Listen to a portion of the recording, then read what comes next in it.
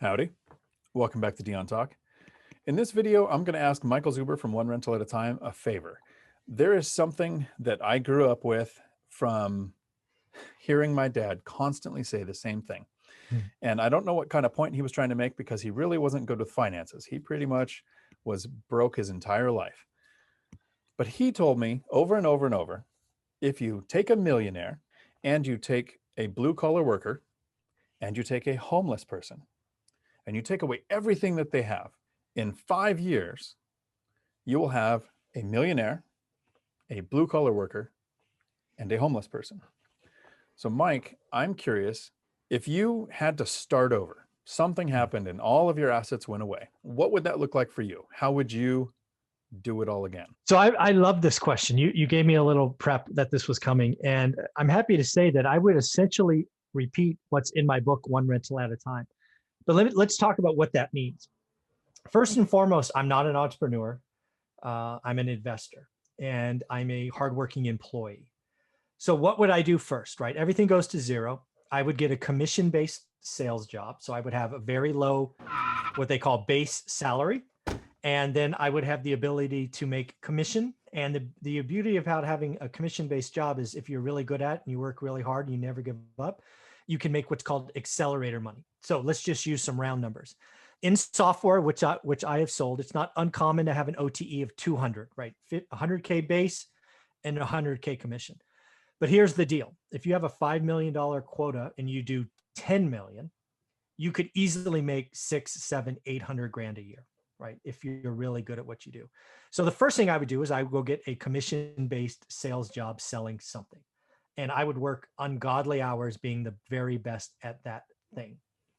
Second, I would go back and make sure that we adjust our standard of living, right? You and I actually went through something I call choices that's in my Get Your Money Right or the Game of Money course. So we would go through that exercise and we would ask those 10 questions and we would see which of those 10s we're willing to sacrifice and lower our expenses, right? So increase top line, lower everyday expenses, right? Get ready to sacrifice for years so I can have more money fall to the bottom line. Money falling to the bottom line is disposable income. It is money that I can invest with. I call it freedom dollars. And then I would, in conjunction to busting my butt during the day, is I would go learn a market. Would I pick Fresno in California? I don't know. I might pick another area because, California is kind of anti-landlord all the time. So I don't know if I would stay in Fresno if I started at zero, but I would pick a market and I would go all in. And I would just do that exactly like I did at One Rental at a Time. Increase income, lower expenses, and be ready to sacrifice. It took us 15 years last time to replace 2 six-figure incomes. I would try to get it done in 7 or 8 years this time. It's actually kind of awesome. We know what we know, and we know what's worked and we know what hasn't worked. And so there's a big difference. Like you said, it took you 15 years, but this time you're not starting over. You're starting from experience. You probably tried several things in those 15 years that didn't work or didn't work as well. And so that's the thing that I'm hoping people understand from doing an exercise like this of what would I do if I was starting over? We're all starting over every day, but we have the resources from the work that we've done for however long, the last few years or the last 10 years. And mine would look very similar to yours. I don't think I have the ability to make 6 figures unless I found something else to sell. I have a commercial driver's license. I have a law enforcement background. I could find a job making $50,000 to $100,000 a year, pretty much, I think, like the average person. But it's the timeline. For me, it would take 2 years of consistent income in whatever field I moved to qualify for lending, while I saved up the down payment for the first house hack, which would keep the bottom end as low as possible, while I was finding ways to increase the top end.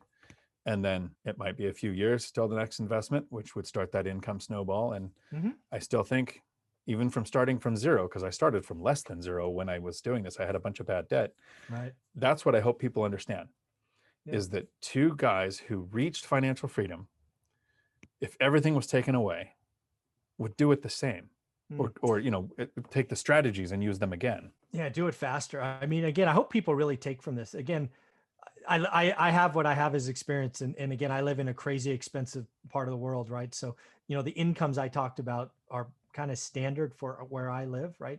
I'm a mile from Google. I'm like 4 miles from Facebook, right? It's not uncommon, right? I live in a neighborhood where people make a lot more than I have ever made.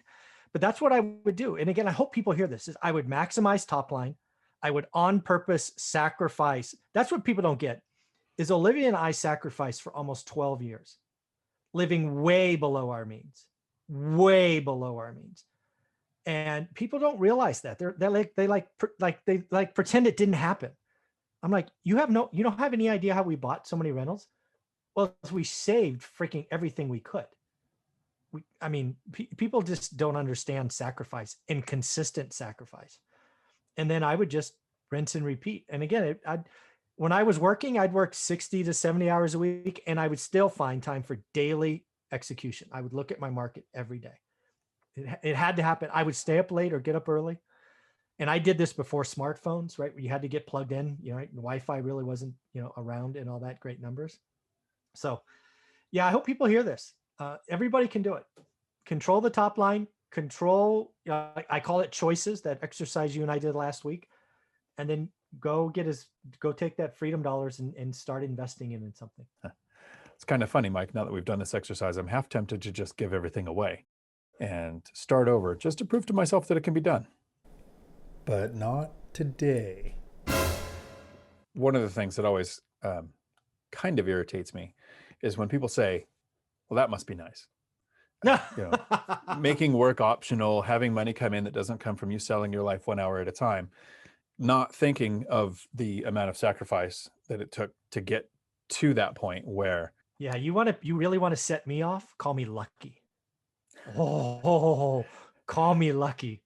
Ooh. I've had to get around that myself. I've had to literally learn the phrase in my head that luck is when preparation meets opportunity. So when somebody calls me lucky, I say, you're right. I was prepared for the opportunity. And it's less of a sting when they say that. It kind of comes down to people say, you want to tax the 1%. The 1% are the problem. It's not that hard to become the 1%. So if the goal is to have what the 1% have, then you should have a strategy to become the 1%. And most people won't do that if they're mentally fighting the idea that the 1% are bad people because they figured out how to do it. Yeah, we have a mindset problem, right? Where do we think most of the charity comes from? Most of the libraries and funding and all of these things, it's from the 1%. And oh, by the way, most of the 1%, certainly some of them got lucky or, sperm lottery or whatever you want to call it. But most of them, they sacrificed, right? They sacrificed and they did things that you're not willing to do. Again, I can't tell you, Olivia and I lived on, by the time we really got good at it, we're living on 50% of our income. How many of you could live on 50% of your income? We made the sacrifices so that was possible. And we did that for years. And then you go call me lucky? Oh, whoa. That will not end well for you. Well, I feel really lucky that you came on here today to share this with me, because that's an exercise I've thought of many times, of the person that's well off, the hard worker person, and the person that's homeless starting over. And it's completely mindset. It is. So hopefully people can grab a hold of their mindset and change it to the one that's going to benefit them, because everybody watching right now, you're going to be alive in 5 years. You should start living like it. I like it. Until my next video, thanks for coming to my Dion Talk. We're sorry, the number you have dialed is not in service at this time.